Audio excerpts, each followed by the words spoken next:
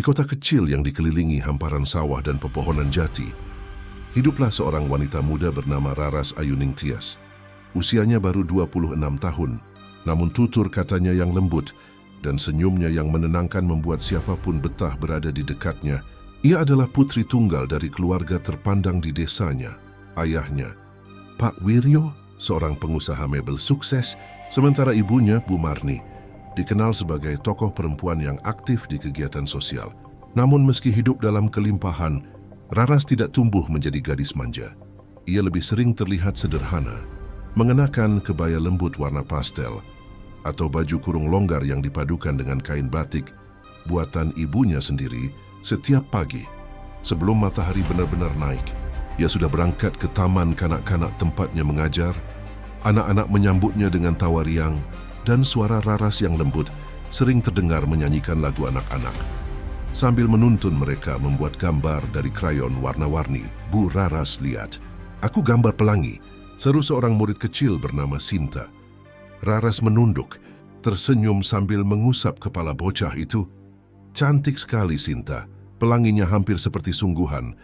Tapi awannya jangan lupa dikasih warna abu-abu sedikit, ya biar lebih hidup." Begitulah keseharian Raras, sederhana, tenang, dan penuh kasih. Ia merasa hidupnya sudah cukup bahagia, namun di suatu sore yang temaram di bulan Juli, takdir mempertemukannya dengan seseorang yang akan mengubah segalanya. Hari itu, Raras sedang menghadiri acara amal di balai desa. Acara itu diadakan untuk mengumpulkan dana bagi pembangunan panti asuhan baru. Ia menjadi salah satu panitia, bertugas menyambut tamu dan mencatat sumbangan. Sore itu, langit berwarna jingga keemasan, dan udara hangat berhembus lembut membawa aroma tanah kering setelah hujan semalam. Di tengah kesibukan mencatat nama-nama donatur, Raras melihat seorang pria berdiri di dekat meja utama. Ia mengenakan kemeja putih yang digulung di lengan dan celana kain gelap. Wajahnya tampan dengan garis rahang tegas, kulit sawo matang, dan senyum yang seolah dibuat untuk meyakinkan siapapun. "Selamat sore, Mbak. Saya mau menyerahkan sumbangan untuk panti," ucapnya ramah.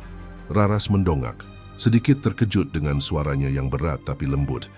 "Oh tentu, terima kasih banyak, Pak." "Bayu," potongnya sopan, Bayu Prasetya. "Saya kebetulan sedang membuka cabang usaha di sini. Jadi, saya pikir kenapa tidak ikut membantu sedikit." Raras mencatat namanya dengan hati-hati. "Terima kasih, Pak Bayu. Semoga rezekinya dilipat gandakan." Bayu tertawa kecil. "Kalau doanya dari guru TK sebaik Anda, saya percaya itu akan terkabul." Ucapan itu membuat pipi Raras sedikit merona. Ia tidak terbiasa dipuji oleh orang asing, apalagi dengan tatapan mata yang seolah bisa menembus hatinya. Sejak saat itu, percakapan ringan mereka terus berlanjut. Bayu ternyata bukan hanya sekadar dermawan. Ia juga cerdas, memiliki selera humor yang halus, dan selalu tahu bagaimana membuat orang di sekitarnya nyaman. Hari-hari berikutnya, Bayu sering muncul di sekolah tempat Raras mengajar dengan alasan ingin menyumbang alat tulis atau mainan untuk murid-murid. Kadang sendiri ia membawa kue untuk dibagikan kepada anak-anak. Raras sempat merasa canggung, namun keramahan dan kesederhanaan Bayu membuatnya perlahan terbiasa. "Mas Bayu baik sekali ya," komentar Bu Siti, rekan guru Raras suatu hari. "Kalau saya punya anak gadis, sudah saya kenalkan sejak lama." Raras hanya tertawa kecil, mencoba menyembunyikan rona di pipinya. "Abu jangan menggoda begitu, kami cuma teman. Teman bisa jadi jodoh," loh, balas Bu Siti. Menatapnya penuh arti. Ucapan itu mengendap di benak Raras. Malamnya, ketika duduk di teras rumah sambil menikmati teh melati buatan ibunya, ia tak sengaja menatap langit senja yang mulai berubah menjadi malam. Entah kenapa, wajah Bayu muncul dalam pikirannya. Ada sesuatu dalam tatapan pria itu. Bukan hanya ketampanan, tapi juga misteri yang sulit dijelaskan. Beberapa minggu kemudian, hubungan mereka semakin dekat. Bayu sering mengantar Raras pulang. Meski jarak antara sekolah dan rumah hanya beberapa kilometer, mereka berbagi cerita tentang masa kecil, keluarga, dan cita-cita. Bayu mengaku berasal dari keluarga sederhana di Semarang, dan kini merintis usaha properti kecil-kecilan. Cara bicaranya membuatnya terdengar penuh ambisi, tapi tetap rendah hati. "Aku suka caramu memandang hidup," kata Raras suatu sore. Mereka duduk di tepi sawah. ditemani cahaya senja yang hangat, kau seperti tahu apa yang kau mau. Bayu menatap ke arah matahari yang hampir tenggelam, lalu tersenyum samar. Kadang kita harus mengejar sesuatu. Raras meski harus berkorban. Korban? Ya, tidak semua hal besar bisa didapat dengan mudah. Tapi kalau kau sudah tahu tujuannya, semua rasa sakit akan terasa sepadan.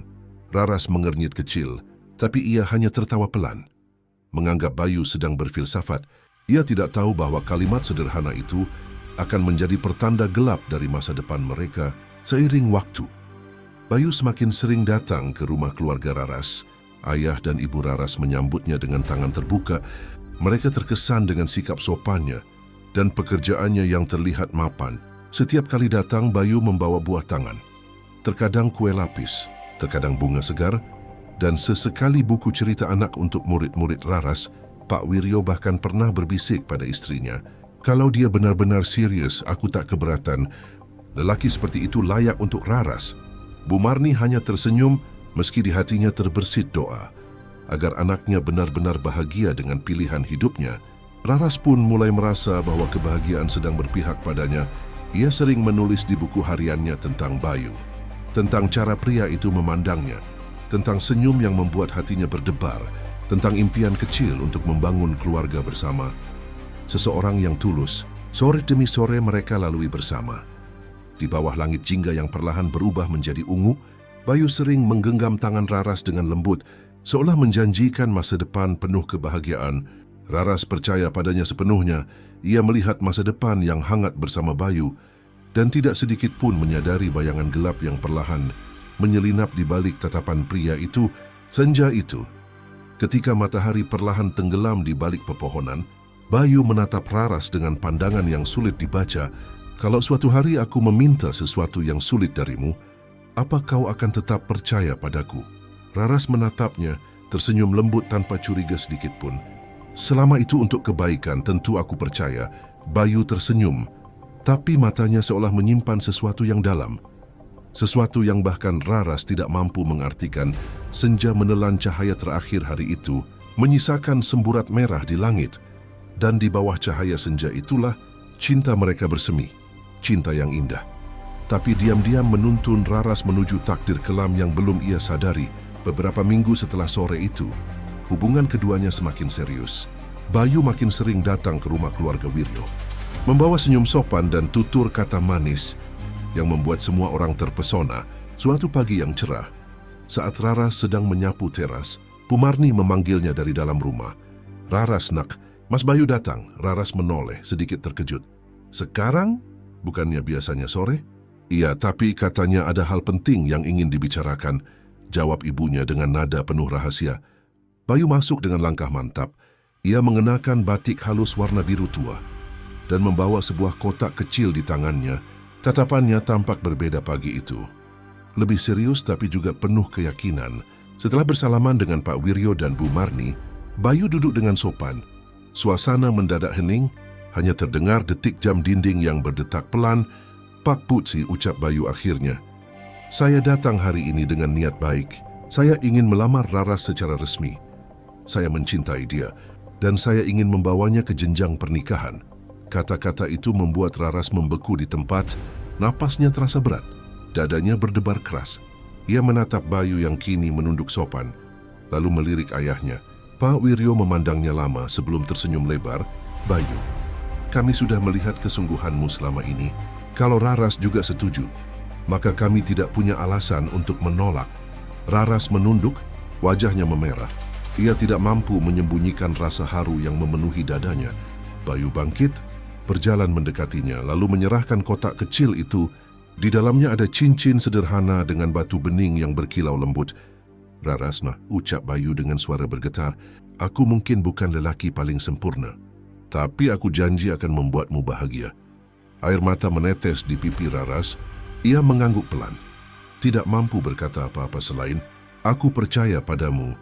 Ruangan itu pun dipenuhi senyum dan tawa bahagia. Hari lamaran berlangsung sederhana namun hangat. Para tetangga berdatangan, membawa doa dan ucapan selamat. Bayu memperkenalkan keluarganya yang datang dari Semarang.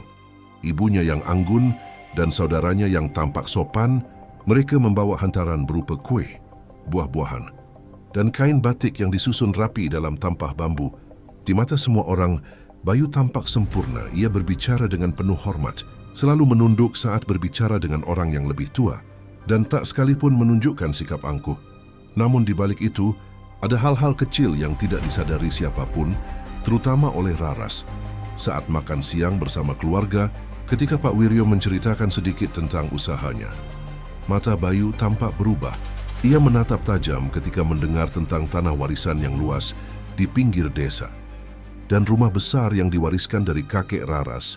Tatapan itu hanya berlangsung beberapa detik, tapi cukup dalam untuk membuat seorang pengamat jeli merasa ganjil. Sayangnya, tidak ada yang memperhatikan. Setelah tamu-tamu pulang, Raras menemani Bayu berjalan di taman belakang rumah. Di bawah langit sore, mereka duduk di bangku kayu. "Mas, aku masih nggak percaya semua ini nyata," kata Raras lirih. "Aku takut ini cuma mimpi." Bayu tersenyum kecil. "Kalau ini mimpi, biarlah kita tidur selamanya di dalamnya." Raras tertawa pelan, menatap wajah pria yang kini resmi menjadi calon suaminya. "Kau selalu tahu cara membuatku tenang." Bayu mengusap pipinya lembut, tapi tatapan matanya kosong sesaat, seolah pikirannya berada jauh entah di mana. Malamnya, ketika keluarga Bayu sudah pulang ke penginapan, Pak Wiryo dan Bu Marni duduk di ruang tamu membicarakan rencana pernikahan.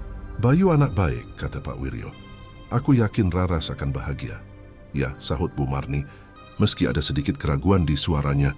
"Hanya saja, aku merasa ada sesuatu yang aneh di matanya, tapi mungkin itu cuma perasaanku." Pak Wiryo menertawakan kekhawatiran istrinya, tak tahu bahwa naluri seorang ibu seringkali lebih tajam daripada logika seorang ayah. Hari-hari berikutnya diisi dengan persiapan pernikahan. Rumah keluarga Wiryo menjadi sibuk. Para penjahit datang silih berganti, memilih kain untuk kebaya pengantin. Tukang dekorasi mulai menata halaman belakang rumah yang luas menjadi tempat resepsi. Raras tampak sibuk namun bahagia. Ia menikmati setiap prosesnya, mulai dari memilih undangan, fitting gown, hingga mencicipi kue pernikahan. Sementara itu, Bayu terlihat selalu hadir, seolah ingin membantu segalanya. Tapi Raris mulai menyadari ada momen-momen kecil ketika Bayu berubah dingin, seperti suatu siang ketika mereka memilih cincin pernikahan di toko emas. "Yang ini indah," kata Rara sambil menunjuk cincin emas putih bermata kecil. Bayu melirik harga di labelnya, lalu tersenyum kaku. "Kau yakin tidak ingin yang lebih mahal? Aku bisa belikan yang lebih bagus." Raras menggeleng. "Aku tidak butuh yang mahal. Aku hanya ingin yang sederhana. Seperti hubungan kita." Bayu diam, tapi sesaat kemudian senyum tipis itu kembali muncul di wajahnya. "Kau memang wanita yang berbeda, Raras." Namun malam harinya, ketika Raras mencoba meneleponnya, suaranya terdengar dingin. "Mas, kenapa diam?" "Tidak apa-apa," jawab Bayu datar. "Aku hanya banyak pikiran urusan bisnis." "Bisnis apa?" "Ada hal-hal yang belum perlu kau tahu sekarang." Nada suaranya membuat Raras terdiam. Ini kali pertama Bayu berbicara dengan nada seperti itu. Tapi ia menenangkan diri. Mungkin calon suaminya memang sedang stres. Semakin dekat hari pernikahan, semakin sering Bayu datang. Tapi setiap kali Raras mencoba membicarakan masa depan mereka, Bayu menghindar. Ia tampak sibuk, kadang menatap kosong ke arah rumah keluarga Raras, dengan pandangan sulit diartikan. Suatu malam, saat semua orang sudah tidur, Bayu berdiri di halaman belakang, memandangi pohon Kamboja besar yang tumbuh di sana. Ia merogoh sakunya, mengeluarkan sebuah pisau lipat kecil, ujungnya mengilap tertimpa cahaya bulan. "Tidak lama lagi," bisiknya, "semua akan jadi milikku." Esok paginya, Raras menemukannya sedang duduk di teras, tersenyum seolah tidak terjadi apa-apa. Ia membawa sarapan dan berkata lembut, "Kau mimpi buruk ya? Wajahmu pucat." Bayu menatapnya sebentar lalu tersenyum. "Tidak, aku hanya menunggu pagi datang karena setiap pagi aku bisa melihatmu lagi." Kata-kata itu terdengar manis di telinga Raras, membuatnya kembali percaya bahwa cinta mereka nyata. Ia tidak tahu bahwa di balik senyum manis itu, Bayu sudah mulai menenun rencana kelam. Sementara semua orang sibuk menyiapkan pernikahan impian, Bayu sibuk mempersiapkan sesuatu yang jauh lebih gelap. Sesuatu yang akan mengubah kebahagiaan Raras menjadi mimpi buruk, namun hari-hari itu tetap terasa indah bagi Raras. Ia tidur setiap malam dengan hati berdebar bahagia. membayangkan hari di mana ia akan berjalan. Di pelaminan dengan gaun putih dan bunga melati di rambutnya, ia percaya sepenuhnya bahwa masa depannya akan penuh cinta dan tawa. Ia tak tahu, di balik setiap sentuhan lembut dan senyum hangat Bayu, tersembunyi niat yang perlahan menunggu waktu untuk menghancurkan segalanya. Dan di bawah langit yang tampak semakin sering diselimuti mendung, dua hati yang pernah disatukan oleh cinta mulai berjalan menuju takdir yang berbeda. Yang satu menuju kebahagiaan abadi, yang lain menuju kegelapan yang tak terhindarkan. Langit sore itu tampak mendung, seolah ikut menatap dua hati yang kini berjalan menuju arah yang berbeda. Yang satu menuju kebahagiaan abadi, dan yang lain menuju kegelapan yang tak terhindarkan. Raras berdiri di depan cermin, menatap pantulan dirinya yang sedang mencoba gaun pengantin putih untuk terakhir kalinya. Gaun itu sederhana tapi anggun, dihiasi rendah di bagian bahu dan ekor panjang yang lembut menyapu lantai. Di rambutnya tersemat beberapa kuntum bunga melati segar, aroma khas yang membuat suasana di kamar terasa damai. Namun entah kenapa, ada sesuatu di hatinya yang terasa ganjil. Cantik sekali. "Enduk," ujar Bu Marni yang duduk di kursi dekat jendela. "Kamu benar-benar seperti bidadari turun dari langit." Raras tersenyum, mencoba mengusir perasaan aneh yang sejak pagi menemaninya. "Terima kasih, Bu. Tapi entah kenapa, aku merasa agak sesak di dada." "Wajar," balas ibunya lembut. "Kau akan menikah besok. Semua calon pengantin pasti merasa gugup." Raras mengangguk, lalu kembali menatap cermin. Ia mencoba meyakinkan dirinya bahwa semuanya baik-baik saja. Tapi dalam pantulan itu, untuk sesaat ia seperti melihat bayangan aneh. Dirinya berdiri di tempat yang sama, memakai gaun itu, namun tubuhnya berlumuran darah. Sekilas, hanya satu kedipan mata, Raras terkejut dan berbalik cepat, tapi tak ada siapa pun di belakangnya. Ia memejamkan mata dan menarik napas panjang. "Mungkin aku hanya terlalu lelah," gumamnya pelan. Malamnya, setelah semua orang tertidur, Raras memutuskan untuk beristirahat lebih awal. Ia mencoba menenangkan diri dengan membaca doa sebelum tidur. Namun begitu matanya terpejam, mimpi buruk datang tanpa permisi. Ia berdiri di depan pelaminan yang megah, dihiasi ribuan bunga melati dan lampu gantung berkilau. Tapi tak ada tamu, tak ada suara musik, hanya kesunyian yang pekat. Gaun putih di tubuhnya kini basah oleh sesuatu yang hangat dan lengket. Ketika ia menunduk, darah menetes dari ujung jarinya, mengalir ke lantai marmer yang perlahan berubah menjadi merah. Di tengah ruangan kosong itu, Bayu berdiri, wajahnya datar, matanya gelap tanpa cahaya. Ia melangkah mendekat sambil membawa pisau berlumur darah. "Mas, kenapa?"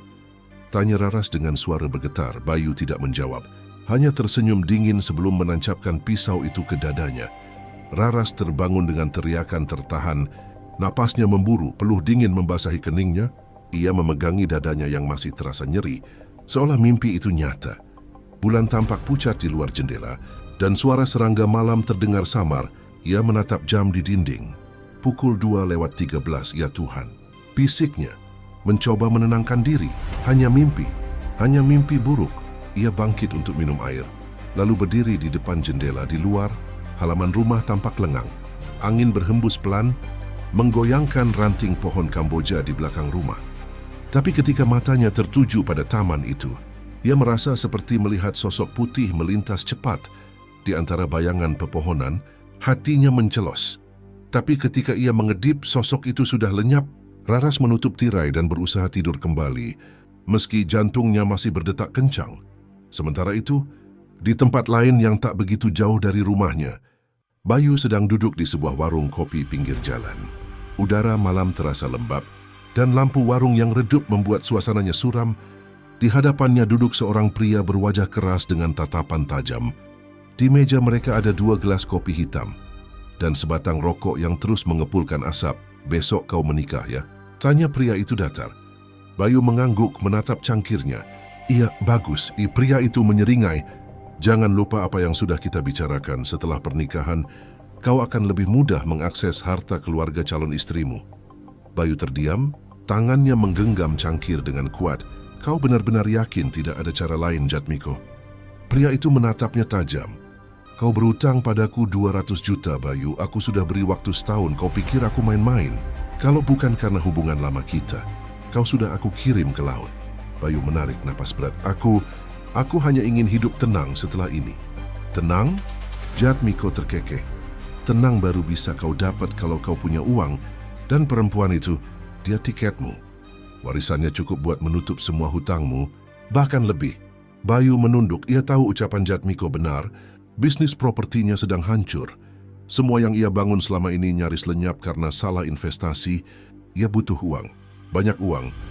Dan satu-satunya cara yang paling cepat adalah menikahi Raras, mendapatkan kepercayaannya, lalu menguasai apa yang dimilikinya.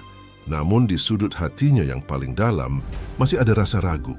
Raras terlalu baik, terlalu tulus. Setiap senyumnya membuat Bayu hampir melupakan alasan ia mendekatinya.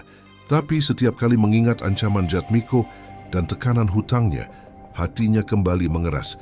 Kalau kau mulai bimbang, ingat ini, kata Jatmiko sambil menepuk bahunya keras. Dunia ini bukan tempat untuk orang berhati lembut. Bayu, kalau kau tak bisa memanfaatkan kesempatan, orang lain yang akan menginjakmu. Ingat, malam pertama itu bisa jadi malam terakhir kalau kau mau benar-benar bebas. Bayu menatapnya tajam. Malam pertama, Jatmiko menyeringai dingin. Kau tahu maksudku. Setelah dia milikmu, tidak akan ada yang curiga kalau sesuatu terjadi. Kau bisa bilang dia pergi atau menghilang. Tak ada yang tahu. Bayu terdiam lama. Lalu ia bangkit dari kursi tanpa sepatah kata, meninggalkan Jatmiko yang tertawa pelan di balik asap rokok. Malam semakin larut ketika Bayu tiba di rumahnya. Ia menyalakan lampu kamar pengantin yang sudah dihias indah. Di tengah ruangan, ranjang besar berseprai putih tampak menunggu. Ia memandangi tempat itu lama. Wajahnya tanpa ekspresi. Di meja kecil di samping ranjang, ada kotak kecil berisi sepasang cincin dan sebuah pisau lipat yang ia keluarkan dari saku. Bayu membuka pisau itu perlahan, menatap kilatan tajamnya di bawah cahaya lampu. Tangan kirinya sedikit bergetar.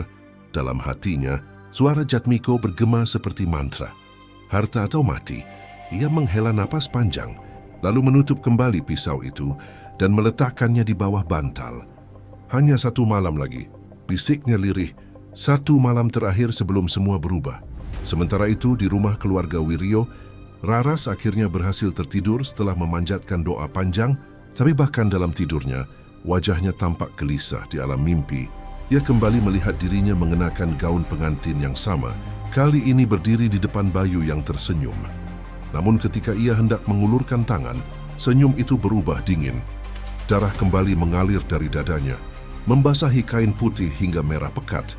Raras menjerit dalam mimpi, dan dari luar jendela kamarnya, angin berhembus kencang, membuat tirai bergoyang dan bunga melati di vas meja jatuh ke lantai. Bunga itu terbelah dua, sebagian putih bersih, sebagian merah seperti noda darah.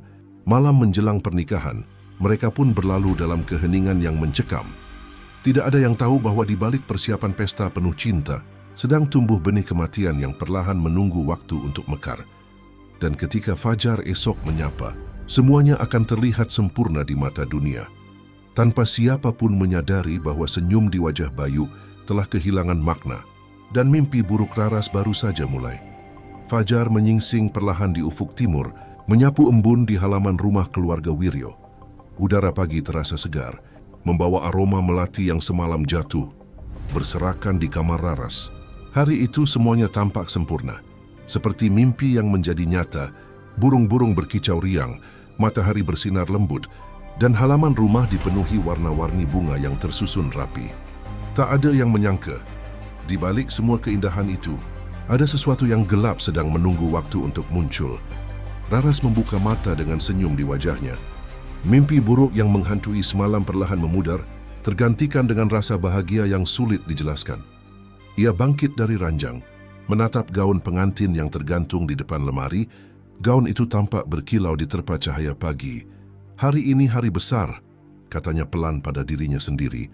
Hari aku menjadi istri. Di luar kamar, terdengar suara orang berlalu lalang.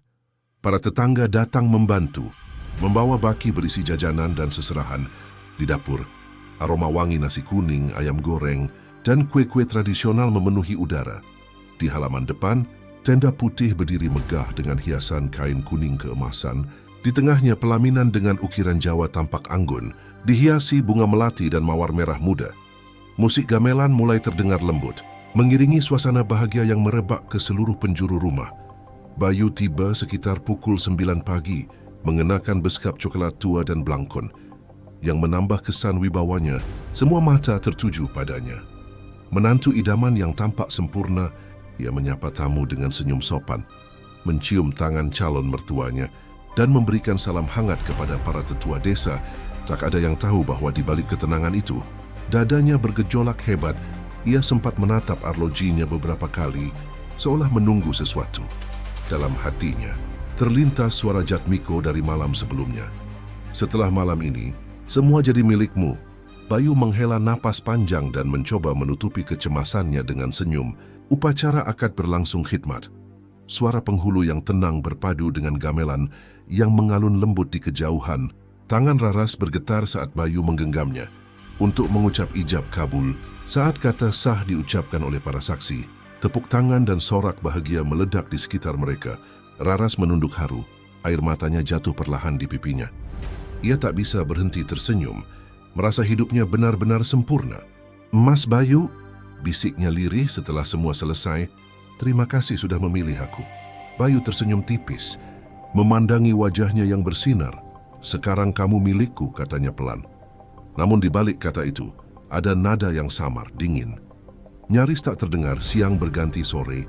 Resepsi berlangsung meriah. Musik gamelan berpadu dengan suara tamu yang bergembira. Anak-anak berlarian di halaman. Orang-orang menyalami pengantin, dan fotografer sibuk mengabadikan setiap momen bahagia. Raras tampak begitu hidup, tawanya lepas. Matanya berbinar. Ia benar-benar menikmati hari itu, berbicara dengan tamu dan sahabat-sahabatnya, sementara Bayu sesekali memandangi jam tangannya. "Gelisah, Mas, kenapa dari tadi sering lihat jam?" tanya Raras di sela-sela sesi foto. "Oh, het is bekend om die sing situ di V." Bayu tersentak kecil, lalu tersenyum. "Enggak, aku cuma khawatir hujan turun sore ini. Langitnya agak mendung." Raras mengangguk polos, tak mencurigai apapun. Menjelang maghrib, tamu mulai berkurang. Di pelaminan hanya tersisa beberapa keluarga dekat yang masih berbincang. Bu Marni menghampiri mereka sambil membawa segelas air putih. Wajahnya lelah tapi bahagia. "Raras, nak, sekarang kamu sudah resmi jadi istri orang," ucapnya lembut sambil menatap Bayu. "Mas Bayu, tolong jaga anak saya baik-baik ya. Dia cuma punya kamu sekarang." Bayu menunduk hormat. "Tentu, Bu, saya akan jaga Raras seumur hidup saya." Kalimat itu terdengar manis di telinga semua orang, tapi di dada Bayu terasa seperti racun. Ada sesuatu dalam suaranya yang bahkan membuat dirinya sendiri merinding. Senja turun dengan perlahan, meninggalkan langit berwarna jingga keemasan. Di halaman, lampu-lampu gantung mulai menyala, menciptakan suasana hangat. Raras menggandeng tangan Bayu, berjalan menuju kamar pengantin yang sudah dihias indah oleh para kerabat.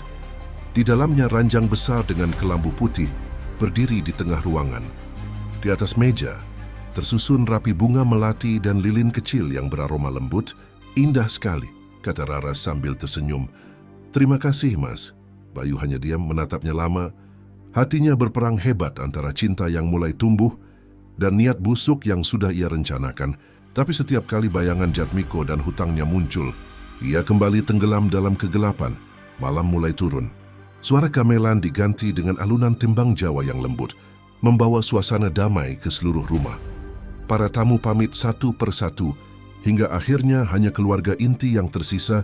Bu Marni mengetuk pelan pintu kamar pengantin, membawa segelas susu hangat. "Raras, minum dulu ini, biar tenang tidurnya nanti."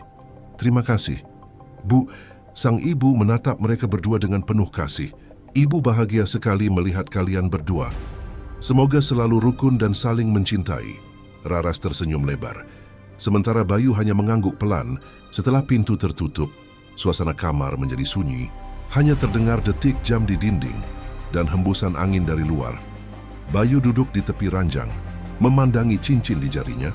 Raras mendekat, lalu menyandarkan kepala di bahunya. "Mas, aku nggak nyangka semua ini akhirnya terjadi," ucapnya lirih. "Aku bahagia sekali." Bayu menelan ludah. Kata-kata itu seperti duri di tenggorokannya. Ia ingin membalas dengan jujur, ingin mengatakan bahwa semua ini bukan cinta, tapi keinginan yang salah, namun bibirnya tak sanggup terbuka. Di luar kamar, jam menunjukkan pukul 9 malam. Terdengar suara tawa tamu terakhir yang berpamitan di halaman, diiringi suara derit gerbang ditutup. Semua orang mengira malam itu adalah awal kisah cinta mereka, malam di mana dua hati bersatu dalam restu dan cinta yang suci. Namun bagi Bayu, malam itu bukan awal dari segalanya, itu adalah akhir bagi cinta yang tulus, dan awal dari rencana yang kelam. Ia menatap Raras yang kini tersenyum dalam balutan kain putihnya, lalu perlahan mematikan lampu kamar.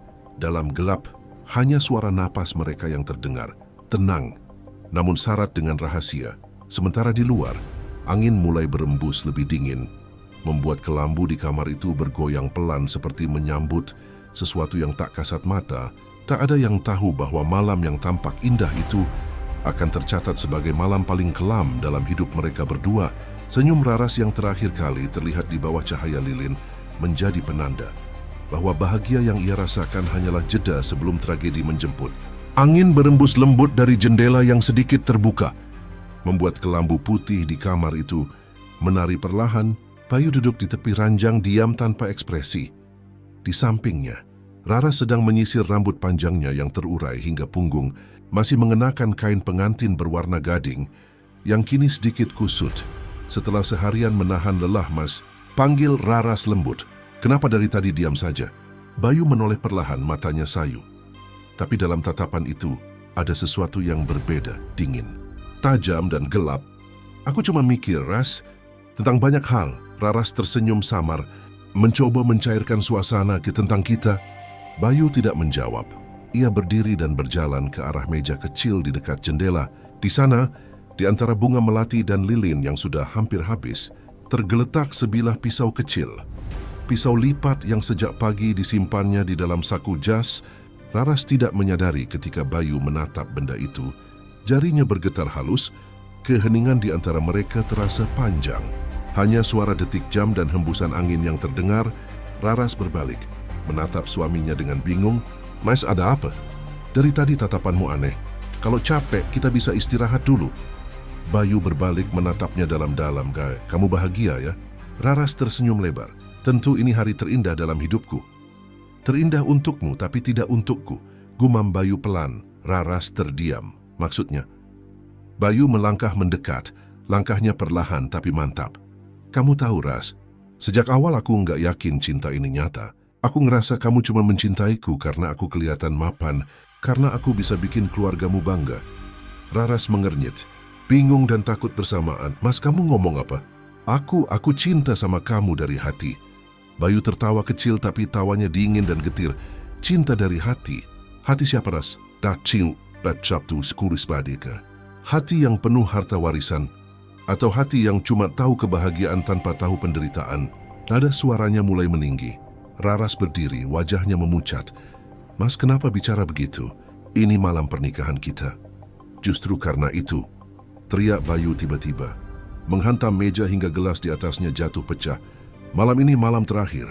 Aku nggak tahan lihat wajahmu yang pura-pura itu." Raras mundur beberapa langkah, matanya mulai berkaca-kaca. "Mas, kamu kenapa? Kamu nggak seperti ini."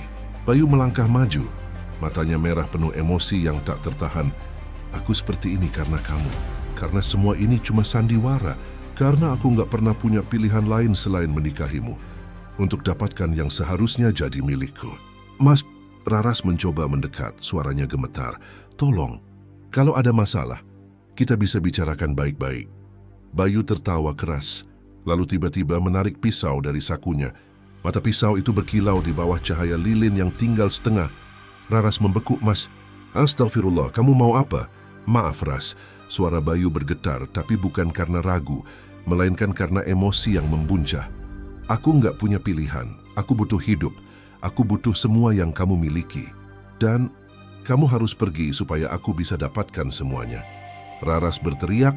Ia berlari ke arah pintu, tapi Bayu lebih cepat. Tangan kuatnya menarik rambut Raras dan mendorong tubuh rapuh itu ke lantai. Suara benturan kepalanya membuat Bayu terdiam sejenak. Lalu ia mencekik leher Raras, menahan tubuh yang meronta di bawahnya. "Mas, tolong!" Suara Raras serak, matanya memohon. "Aku cinta kamu." Tangan Bayu bergetar, namun genggamannya tak melemah Ia menatap wajah perempuan itu.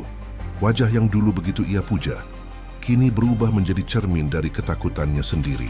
Dalam satu tarikan napas berat, Bayu menancapkan pisau ke dada Raras, sekali, dua kali, lalu tiga kali jeritan Raras menggema di dalam kamar, tertelan oleh suara gamelan sisa pesta. Yang masih dimainkan pelan di luar rumah, lilin di meja bergoyang, meneteskan lelehan panas ke atas lantai kayu. Tubuh Raras menggigil. Tangannya terangkat lemah mencoba menyentuh pipi Bayu, seolah ingin memaafkan. "Mas," bisiknya lirih, "aku cuma ingin bahagia sama kamu." Kemudian segalanya sunyi. Bayu memandangi tubuh yang kini terkulai di lantai. Darah mengalir pelan membentuk genangan merah di bawah kain pengantin putih. Ia jatuh berlutut, napasnya tersengal, wajahnya pucat, tangannya berlumur darah, matanya kosong. Beberapa menit ia hanya diam, menatap hasil perbuatannya. Lalu pelan-pelan, ia berdiri dan mengambil kain batik dari lemari untuk menutupi tubuh Raras. "Maaf, Ras," gumamnya pelan, "kalau aku punya pilihan lain, aku nggak akan lakukan ini." Malam semakin pekat, Bayu menyeret tubuh Raras keluar kamar melalui pintu belakang. Di luar halaman belakang rumah itu gelap. Hanya diterangi cahaya lampu minyak yang redup. Di sana, di bawah pohon Kamboja tua tempat acara resepsi siang tadi diadakan, Bayu mulai menggali tanah dengan sekop kecil yang disiapkannya. Setiap cangkul tanah terasa berat. Keringat bercampur air mata mengalir di wajahnya. Suara jangkrik terdengar nyaring, seolah menjadi saksi bisu dari dosa besar yang sedang dilakukan. Setelah lubang cukup dalam, Bayu menurunkan tubuh Raras perlahan, menatap wajah pucat itu untuk terakhir kalinya. "Selamat tidur sayang," bisiknya lirih. "Sekarang kamu nggak akan merasa sakit lagi." Ia menimbun tanah perlahan, hingga tak ada lagi yang tersisa selain aroma melati yang samar. Melati dari hiasan kepala Raras yang ikut terkubur bersamanya. Setelah selesai, Bayu berdiri memandangi gundukan tanah itu lama sekali, lalu ia berjalan kembali ke kamar. Dengan tangan bergetar dan wajah berlumur keringat. Di depan cermin, Bayu menatap dirinya sendiri. "Semua sudah berakhir," katanya pelan, tapi suaranya terdengar hampa. Ia mencoba tersenyum, dan dari bibirnya muncul tawa kecil, tawa yang aneh, nyaring dan getir. Lalu tanpa sadar, air matanya mengalir deras. Ia menangis di depan cermin, menatap wajahnya yang penuh darah. Sebelum akhirnya tawa itu berubah menjadi senyum puas, namun malam belum sepenuhnya tenang. Saat Bayu berbalik menuju ranjang, tiba-tiba angin bertiup dari arah jendela dengan kencang, membuat lilin padam seketika. Hening lalu dari langit-langit kamar, bunga melati satu persatu jatuh, perlahan, seolah turun dari udara tanpa sebab. Aroma wangi yang lembut tadi berubah menjadi anyir. Menusuk hidung, Bayu menatap ke atas, tubuhnya kaku. "Raras," bisiknya tanpa sadar. Tak ada jawaban, hanya suara angin yang berputar aneh di dalam ruangan, seperti bisikan yang tak jelas dari arah kuburan di belakang rumah. Bayu menatap cermin sekali lagi. Dan kali ini pantulan dirinya tidak tersenyum. Pantulan itu menatapnya dengan mata merah menyala. Malam itu, setelah Bayu menatap bunga melati yang berjatuhan dari langit-langit kamar, ia tidak bisa tidur. Aroma melati itu begitu kuat, menusuk hidungnya, seolah mengingatkannya pada sesuatu yang ingin ia lupakan. Wajah pucat Raras, tubuhnya yang gemetar, dan darah yang mengalir membasahi lantai kayu di bawah kaki mereka. Bayu menatap kosong ke arah cermin, lalu memaksakan diri untuk berbaring. Tapi, begitu matanya hampir terpejam, suara langkah pelan terdengar dari arah belakang rumah. Kletek, klek, kletek. Ritmenya lambat, berat, seolah kaki seseorang yang menyeret gaun panjang di tanah lembab. Ia langsung duduk, matanya menatap ke arah jendela kamar. Tidak ada siapa-siapa, hanya pohon Kamboja yang berdiri diam di bawah sinar bulan. Rantingnya seperti tangan-tangan yang menggapai. Bayu menarik napas panjang, mencoba menenangkan diri. "Hanya imajinasiku," gumamnya lirih. Tapi bahkan ketika ia memejamkan mata lagi, suara itu tidak berhenti. Kini disertai bisikan pelan, samar, tapi jelas menyebut namanya Bayu. "Kamu janji selamanya?" Bayu langsung bangkit, tubuhnya berkeringat dingin. Ia menatap ke arah pintu kamar yang terbuka sedikit. Bayangan putih bergerak perlahan melewati celah itu. Ia berlari, membuka pintu, tapi yang ada hanya lorong kosong dan aroma melati yang semakin tajam. Keesokan paginya, pelayan rumah, Embok Sri, mengetuk pintu kamar dengan wajah pucat. "Tuan Bayu, semalam saya lihat seseorang di taman belakang, seorang wanita, memakai baju pengantin putih. Jalannya pelan sekali, tapi kakinya nggak menapak tanah," katanya sambil bergetar. Bayu membentak, "Jangan ngomong sembarangan, kau cuma mimpi." Namun begitu Mbok Sri pergi, tangan Bayu bergetar tanpa bisa ia kendalikan. Ia menatap ke arah taman belakang dari jendela, dan di sana, tepat di bawah pohon Kamboja, tanah yang ia timbun 3 malam lalu tampak sedikit amblas, seolah sesuatu dari bawah mencoba keluar. Hari-hari berikutnya berubah menjadi neraka baginya. Malam-malamnya diisi dengan suara langkah dan bisikan yang semakin jelas. Setiap kali ia lewat di depan cermin, bayangan di dalamnya tidak selalu mengikuti gerakannya. Kadang ia melihat Raras berdiri di belakangnya, tersenyum getir dengan gaun yang masih berlumur darah. Suatu malam Bayu mendengar suara air mengalir dari kamar mandi. Ia berjalan pelan ke arah suara itu, menyalakan lampu, dan terkejut. Di dalam bak mandi, air berubah merah pekat dan di permukaannya mengambang bunga melati putih. Bayu berteriak, lalu menendang bak mandi hingga pecah. Namun begitu airnya mengalir ke lantai, darah itu menghilang seolah tak pernah ada. Ia terduduk menggenggam kepala, berbisik pelan, "Ini cuma halusinasi, cuma rasa bersalah." Tapi rasa bersalah itu berubah menjadi teror nyata ketika malam keempat tiba. Ia terbangun oleh suara ketukan pelan di jendela. Tok tok tok tok tok tamu semeritme pelan, tapi penuh makna. Ia mendekat dan saat tirai tersibak, ia melihat wajah Raras di balik kaca. Kulitnya pucat keabu-abuan, matanya sayu tapi basah, bibirnya membiru dengan senyum kecil yang menyeramkan. "Bayu, aku kedinginan." Bayu menjerit dan mundur. Tubuhnya menabrak meja hingga cermin di dinding jatuh pecah. Tapi dari pecahan-pecahan itu, ia masih bisa melihat wajah Raras menatapnya dari berbagai sudut. Ia menendang pecahan kaca itu hingga berdarah, lalu berlari keluar kamar sambil berteriak. Keesokan paginya, pelayan menemukan kamar pengantin berantakan, bunga-bunga melati berserakan di lantai, dan darah di ujung jari Bayu. Ia beralasan bahwa dirinya hanya terjatuh.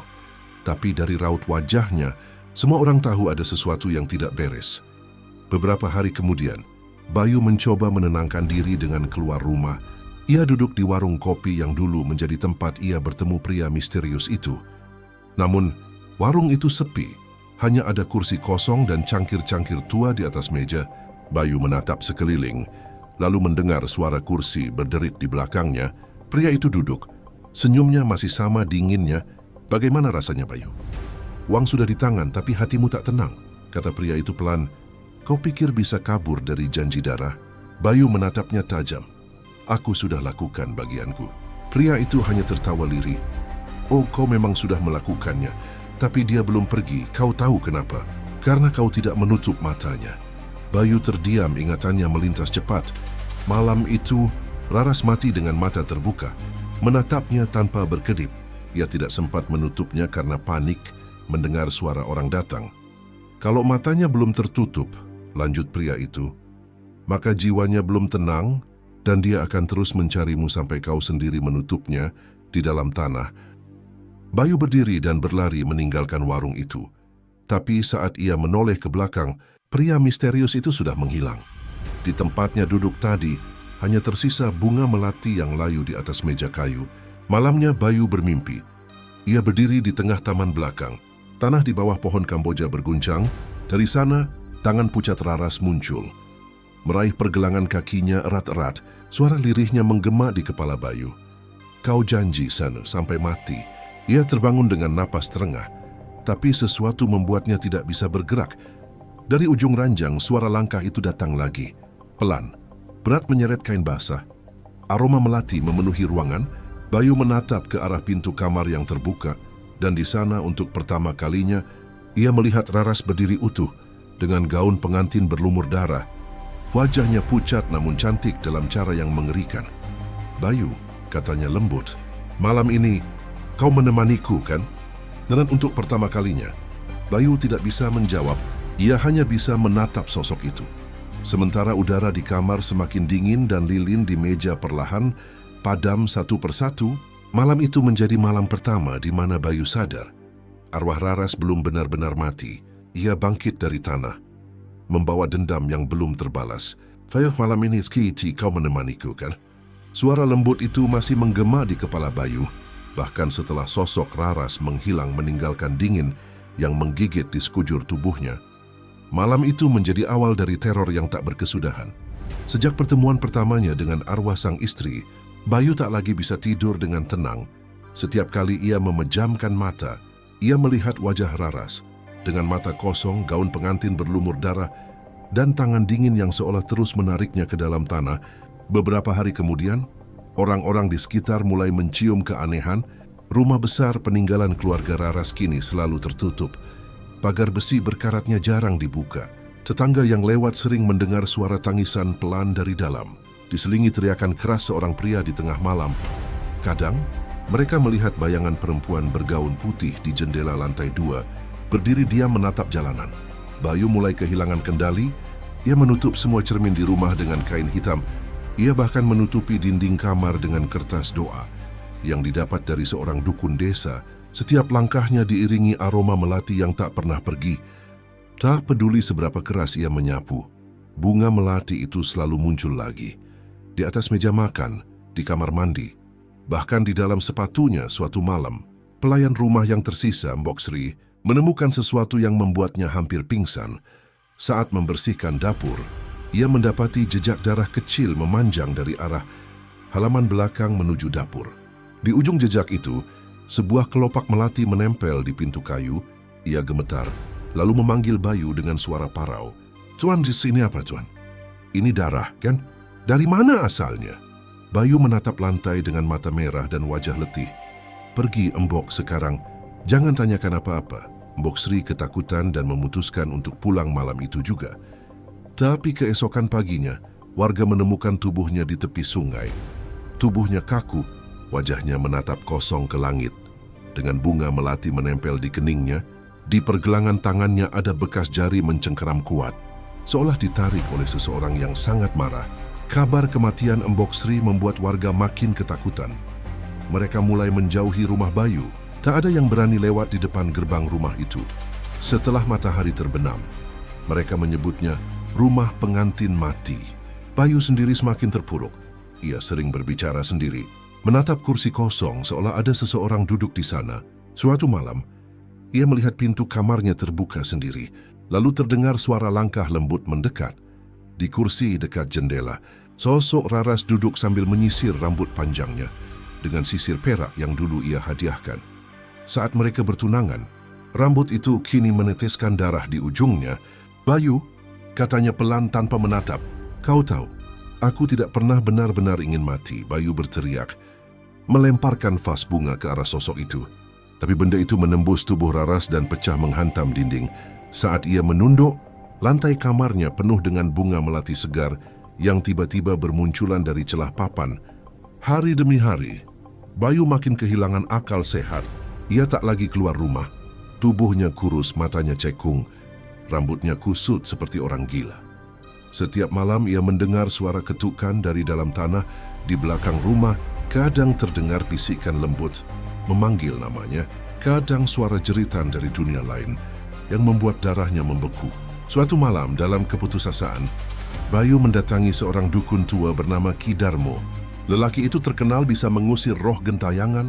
Dengan tubuh gemetar, Bayu memohon, "Tolong, aku dihantui dia, istriku. Aku tak bisa hidup seperti ini lagi." Ki Darmo menatapnya lama, lalu mengangguk pelan. "Kalau kau berani, malam nanti aku akan datang ke rumahmu. Tapi ingat, roh yang dibangkitkan karena dendam tak mudah diusir. Kalau jiwanya belum tenang, ritual apapun hanya akan memperburuk keadaan." Bayu mengangguk tanpa pikir panjang. Malam itu, Ki Darmo datang dengan dupa, sesajen dan kain kuning. Ia duduk bersila di tengah ruang tamu yang remang-remang. Sementara Bayu bersembunyi di sudut ruangan dengan tubuh bergetar, dukun itu mulai melantunkan mantra. Suara gemerisik terdengar dari arah jendela, lalu angin dingin berhembus dari segala arah. Lilin padam satu persatu. Ki Darmo menegakkan tubuhnya. Matanya memejam kuat. "Dia di sini," katanya lirih. "Roh perempuan." Sangat marah, tiba-tiba dari arah tangga terdengar langkah pelan, berat, menyeret kain basah. Aroma melati memenuhi ruangan. Raras muncul dalam wujud mengerikan. Wajah pucatnya meneteskan darah dari mata. Gaunnya koyak penuh tanah dan debu. Ki Darmo berteriak, mengangkat tangan untuk menahan arwah itu. Tapi tubuhnya terlempar ke belakang seperti disambar petir. Bayu menjerit dan berlari menghampirinya. Dukun itu terkapar dengan mata terbuka lebar, mati seketika. Dari mulutnya keluar darah segar, dan satu kelopak melati jatuh ke dada. Bayu berlutut menggigil. "Kenapa kau lakukan ini, Raras?" Aku menyesal." Raras hanya berdiri diam, menatapnya dengan pandangan kosong. Bibirnya bergerak tanpa suara, lalu ia menghilang dalam kabut tipis. Setelah kejadian itu, kematian terus berlanjut. Pria misterius yang dulu menjanjikan kekayaan pada Bayu ditemukan tewas di dalam mobilnya. Tubuhnya membiru, matanya membelalak, dan di dashboard mobilnya terdapat bunga melati putih serta cincin pernikahan yang pernah hilang dari jari Raras. Bayu semakin sadar, semua ini bukan kebetulan. Raras menuntut balas. Ia tidak hanya ingin menghancurkan hidup Bayu, tapi juga semua yang terlibat dalam kematiannya. Setiap malam, suara langkah itu kembali. Kadang dari arah kamar, kadang dari halaman, suara bisikan lirih yang semakin jelas. "Bayu, gantian kau yang menemaniku di bawah sana." Bayu menutup telinganya, berteriak sekencang mungkin. Tapi suara itu tak pernah berhenti. Dinding kamar penuh goresan kuku, kaca jendela pecah, dan di setiap sudut rumah kini tumbuh melati liar yang berbau busuk. Rumah itu perlahan menjadi kuburan hidup. Bayu tahu, waktunya sudah tidak lama lagi. Arwah Raras semakin kuat, semakin nyata, dan ia sadar satu hal, roh itu tidak akan berhenti sampai ia sendiri jatuh ke dalam tanah yang sama. Di bawah pohon Kamboja yang dulu menjadi saksi pengkhianatannya, Bayu tahu waktunya sudah tidak lama lagi. Arwah Raras semakin kuat, semakin nyata, dan ia sadar satu hal, roh itu tidak akan berhenti sampai ia sendiri jatuh ke dalam tanah yang sama. Di bawah pohon Kamboja yang dulu menjadi saksi pengkhianatannya. Namun di luar rumah besar itu, kehidupan tetap berjalan, dan perlahan kebenaran mulai terkuak. Sudah hampir sebulan sejak pernikahan Raras dan Bayu, namun anehnya, tidak ada kabar mengenai pasangan itu. Tak ada unggahan foto bulan madu. Tak ada cerita bahagia dari Raras yang biasanya aktif di media sosial. Teman-teman dekatnya mulai curiga, terutama Dina, sahabat Raras sejak kecil. Dina merasa ada sesuatu yang tidak beres. Terlebih ketika ia datang ke rumah keluarga Raras dan mendapati jawaban aneh dari Bayu. "Raras sedang sakit, Dina. Ia butuh istirahat," ujar Bayu waktu itu. Dengan wajah pucat dan senyum dipaksakan. Namun ketika Dina mencoba menelpon Raras, tak ada jawaban. Semua pesan hanya centang satu. Ia bahkan sempat mendatangi rumah besar tempat resepsi diadakan, tapi pagar tertutup rapat dan suasana sepi seperti rumah tak berpenghuni. Rasa curiga itu akhirnya membawanya ke kantor polisi. "Tolong Pak, saya yakin ada yang tidak beres. Teman saya, Raras, menghilang sejak malam pernikahannya," katanya dengan suara bergetar. Awalnya polisi menganggap laporan itu hanya dugaan biasa. Namun ketika mereka mulai menyelidiki, banyak hal yang tidak masuk akal. Bayu tidak bisa menunjukkan bukti keberadaan Raras pasca pernikahan. Ia mengaku Raras pergi ke luar negeri untuk berobat, tapi tak bisa menyebutkan negara mana. Surat perjalanan dan paspor Raras juga hilang entah kemana. Kecurigaan semakin kuat ketika salah satu tetangga memberikan keterangan bahwa mereka sering mendengar teriakan dan suara tangisan dari rumah itu setiap malam. Kadang ada bau bunga melati menyengat dari arah halaman belakang. "Pak, bau itu datang tiba-tiba, lalu hilang," ujar seorang ibu dengan nada takut. Sementara itu, Dina tak bisa berhenti memikirkan sahabatnya. Ia memutuskan kembali ke rumah besar itu pada siang hari. Gerbangnya terbuka setengah, dan suasana di dalam tampak berantakan. Debu menutupi lantai, tirai sobek, dan beberapa bingkai foto tergantung miring di dinding. Saat menyusuri ruang tamu, matanya tertuju pada satu foto besar. Foto pernikahan Raras dan Bayu yang terbingkai indah. Dina mendekat, tapi dadanya langsung terasa sesak. Di belakang bayangan pasangan itu, tepat di sisi kanan gambar, ada sosok samar seperti bayangan perempuan bergaun putih dengan wajah buram. Tangannya menjulur seolah ingin meraih Raras. Dina terlonjak mundur. Napasnya memburu, foto itu seakan hidup. Bayangan samar di belakang pengantin wanita itu perlahan tampak lebih jelas, memperlihatkan wajah Raras yang pucat dengan mata hitam kosong. Dina menjerit dan menjatuhkan bingkai foto itu hingga kaca depannya pecah berkeping-keping, sementara di kamar pengantin, Bayu duduk termenung di lantai. Di tangannya tergenggam sebuah surat yang sudah lusuh, ditemukan di dalam kotak perhiasan Raras. Surat itu ditulis dengan tulisan tangan halus khas Raras, penuh kasih dan ketulusan. Untuk Bayu, suamiku tercinta, aku menulis surat ini sebelum hari bahagia kita tiba. Aku tahu hidup tidak selalu mudah, tapi aku percaya, selama kita saling mencintai, kita bisa melewati semuanya. Aku tidak butuh kemewahan, aku hanya ingin kau selalu ada di sisiku. Jangan pernah menyakitiku, Bayu, dan jangan biarkan dunia mengubah cinta yang kita miliki. Aku mencintaimu sepenuh hatiku. Air mata Bayu menetes, jatuh ke atas tinta yang sudah mulai pudar. Hatinya bergetar, kata-kata itu terasa seperti belati yang menusuk dadanya sendiri. Ia memejamkan mata, mencoba menghapus penyesalan yang membakar batinnya, tapi semua sudah terlambat. Tiba-tiba udara di kamar menjadi dingin. Lampu redup berkelap-kelip, dan aroma melati menyengat memenuhi ruangan. Surat di tangannya bergetar pelan, lalu terbang tertiup angin entah dari mana. Bayu menatap sekeliling, panik. Raras, bisiknya pelan. Dari balik cermin besar di depan tempat tidur, muncul kabut putih yang perlahan membentuk siluet. Lalu wujud itu semakin jelas. Seorang wanita bergaun pengantin putih, rambutnya kusut panjang menjuntai, wajahnya hancur sebagian seperti bekas luka pisau, dan matanya kosong, namun memancarkan amarah yang membara. Bayu terpaku, tubuhnya gemetar hebat. Resi Raras, sosok itu berjalan mendekat dengan langkah pelan, menyeret ujung gaunnya yang berlumuran darah. Di setiap langkahnya, bunga melati jatuh satu persatu ke lantai, meninggalkan jejak putih menuju Bayu. Bayu, suara itu serak, seperti keluar dari tenggorokan yang terluka. Kenapa kau lakukan ini padaku? Bayu mundur, menabrak dinding. Aku tidak punya pilihan, Raras. Mereka memaksaku. Aku butuh uang itu.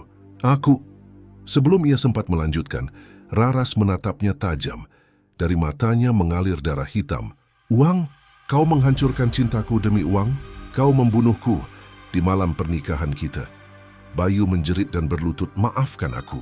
Aku menyesal, Raras. Aku sungguh menyesal. Raras mendekat perlahan. Wajahnya hanya beberapa sentimeter dari wajah Bayu. Nafas dinginnya menyentuh kulit lehernya. Penyesalanmu tak akan mengembalikanku. Bayu, kau sudah menanam mayat dan sekarang kau harus memetik roh. Bayu menutup matanya, menangis ketakutan. Tapi saat ia membuka mata, Raras sudah menghilang. Ruangan kembali hening, seakan tak terjadi apa-apa. Namun di lantai, surat yang tadi melayang kini tergeletak di samping kakinya, dengan tambahan satu kalimat di bagian bawah yang tidak pernah ditulis oleh Raras sebelumnya. Aku menunggumu di bawah pohon Kamboja. Bayu menatap tulisan itu dengan wajah pucat pasi, tangan gemetarnya tak sanggup lagi menggenggam surat itu. Ia berteriak histeris, suaranya menggema di seluruh rumah. Di luar sana, Dina yang baru keluar dari halaman rumah mendengar teriakan itu. Ia berbalik, melihat jendela kamar pengantin di lantai 2 terbuka lebar. Dari dalamnya tampak kain putih berkibar diterpa angin, dan samar-samar sesosok wanita bergaun pengantin berdiri menatap keluar dengan mata kosong. Sementara itu, di halaman belakang, di bawah pohon Kamboja yang rontok bunganya, tanah mulai merekah pelan, seolah sesuatu di bawah sana sedang berusaha bangkit, membawa kebenaran yang selama ini tertimbun dalam gelap. Tanah di bawah pohon Kamboja itu mulai merekah pelan, seolah sesuatu dari dalam ingin keluar. Angin berhembus kencang, menggetarkan setiap ranting, membuat kelopak bunga melati berterbangan bersama aroma busuk tanah basah. Dari jendela kamarnya, Bayu menatap pemandangan itu dengan mata yang tak berkedip. Ia tahu, waktunya telah tiba. Teriakan Bayu malam itu menggema ke seluruh rumah, namun tak seorang pun datang menolong. Dina yang sempat mendengar dari luar pagar, mencoba berlari mendekat. Tapi ketika tangannya menyentuh pintu, angin tiba-tiba berhembus sangat kuat. Pintu itu terbuka sendiri, memperlihatkan lorong panjang rumah yang gelap dan berdebu. Raras, suara Bayu terdengar lirih dari dalam. Penuh ketakutan, Dina memanggil, tapi tak ada jawaban. Ia melangkah masuk perlahan, setiap langkah yang diambil terasa berat. seperti ada yang menarik pergelangan kakinya. Udara di dalam rumah sangat dingin. Di ujung lorong, terdengar suara gesekan logam, seperti rantai diseret di lantai. Sementara itu, Bayu duduk meringkuk di sudut kamar pengantin. Surat lusuh Raras masih tergenggam di tangannya. Matanya sembab, wajahnya penuh keringat. Ia memandangi cermin besar di hadapannya, yang kini buram karena embun dingin.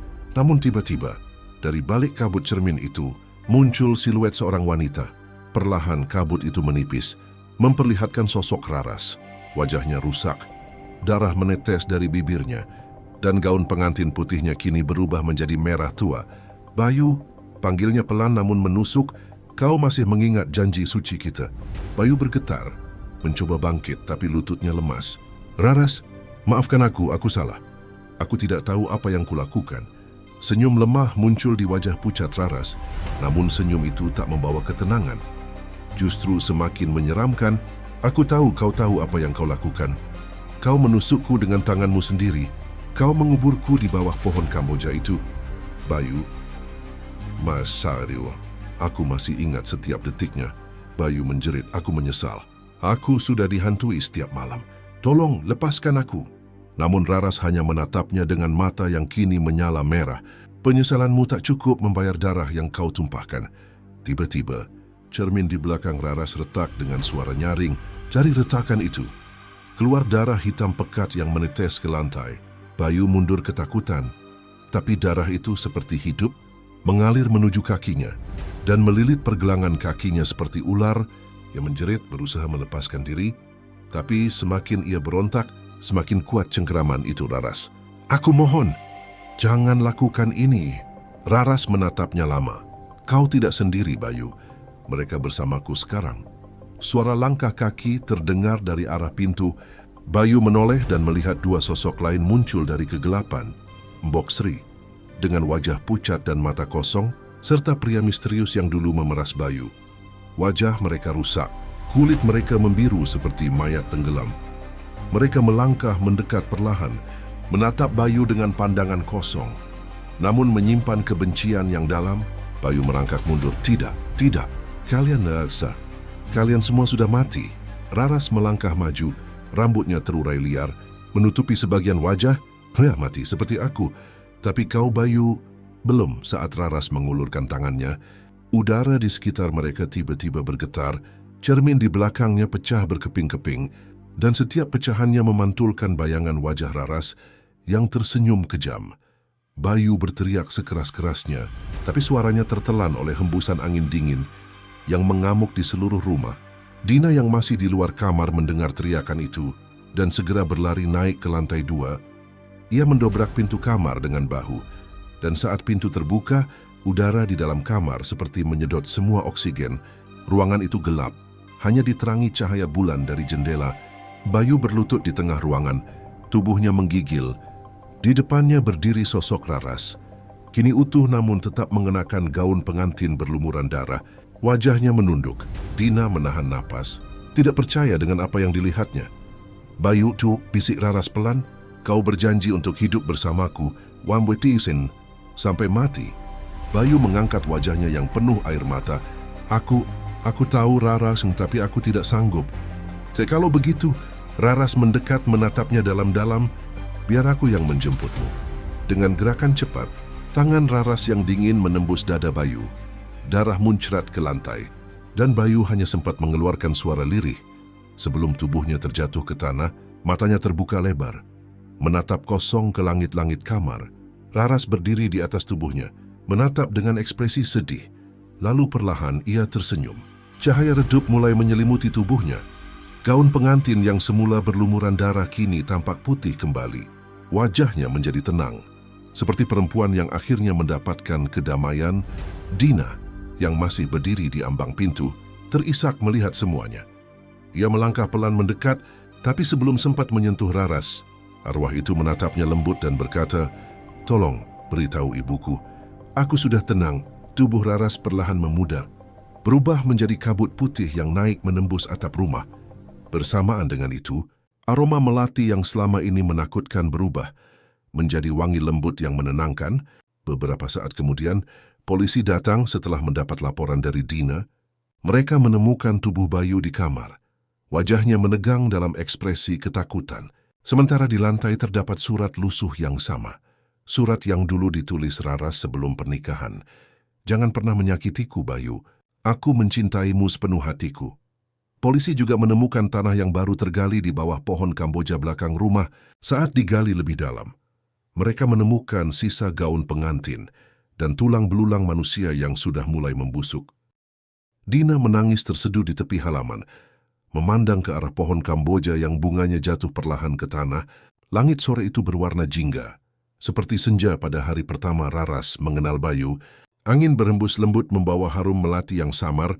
Dalam bisikan halus yang hanya bisa didengar oleh Dina, terdengar suara lembut berkata, "Terima kasih, sahabatku." Dina tersenyum lirih sambil menatap ke langit. Ia tahu, Raras telah pergi untuk selamanya, tapi di setiap kelopak melati yang jatuh, di setiap hembusan angin sore, kisah cinta dan dendam itu akan selalu berbisik. Sebagai pengingat bahwa cinta sejati tak pernah mati, tapi jika dikhianati, bisa menjadi kutukan yang abadi.